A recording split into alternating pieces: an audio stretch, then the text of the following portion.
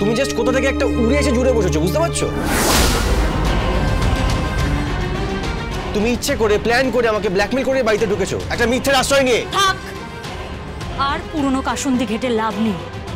পুরনো কাসুন্দি ঘেটে লাভ নেই মিস্টার সাত্বিক মুখার্জি। আমি আপনার আর আপনার শ্যালিকার লাইফ বরবাদ করে দেব, জাস্ট বরবাদ করে দেব। অনেক রাত আমি কেঁদেছি সাত্বিক, তার থেকে বেশি কাঁদতে হবে তোমাদের দুজনকে। এই আমি তোমাকে বলে দিয়ে গেলাম। কি করবে তুমি?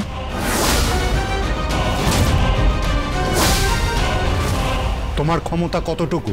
ওই অ্যাডভোকেট গাঙ্গুলি, সেও তো অসুস্থ, চিকিৎসা করাতে পারছে না, খেতে পারছে না। বলো তো আমরা চ্যারিটি করি, টাকাও দিতে পারি, আবার চাঁদাও তুলে দিতে পারি। আপনি কি করবেন আর না করবেন সেটা আমার জানার কোনো আগ্রহ নেই।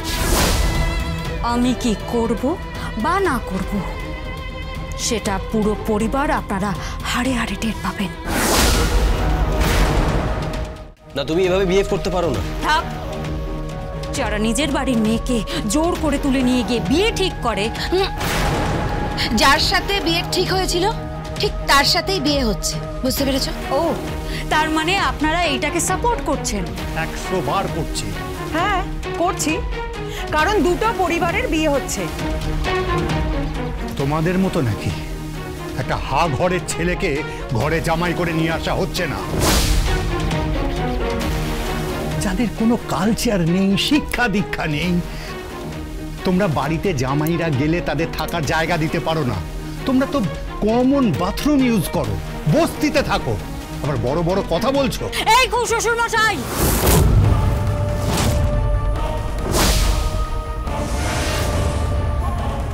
মুখ সামলে কথা বলুন, ঠিক করে কথা বলুন। হ্যাঁ, তুমি আমার সঙ্গে উঁচু গলায় কথা বলছো? আপনি কি ভেবেছিলেন? হ্যাঁ, কি ভেবেছিলেন আপনি? উঁচু গলায় না কথা বলে আপনার সামনে আমি মাথা নিচু করে ঘোমটা মাথায় দিয়ে কথা বলবো? না না মেজো খুড় শ্বশুর মহাশয়, না, সেই জামানা আর নেই, সেই সময় না চলে গেছে। আপনারা সবাই পুরো পরিবার আমার সাথে যা করেছেন না, পুরো পরিবারের চোখে যদি আমি সর্ষে ফুল না দেখাতে পারি তাহলে আমার নামও গিনি নয়। আরে বাপ রে বাপ, বড় বৌদি যেভাবে চিৎকার করছো, এরপর তো এই বাড়িতে কাকছিল বসবে না।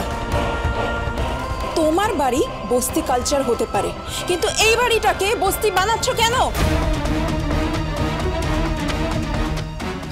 সেটুকু সেন্স ওর আছে নাকি? গীতা গো, গীতা LLB, সোম থেকে রবি সন্ধ্যে 6:30টায় স্টার জলসায় ও ডিজনি প্লাস হটস্টারে।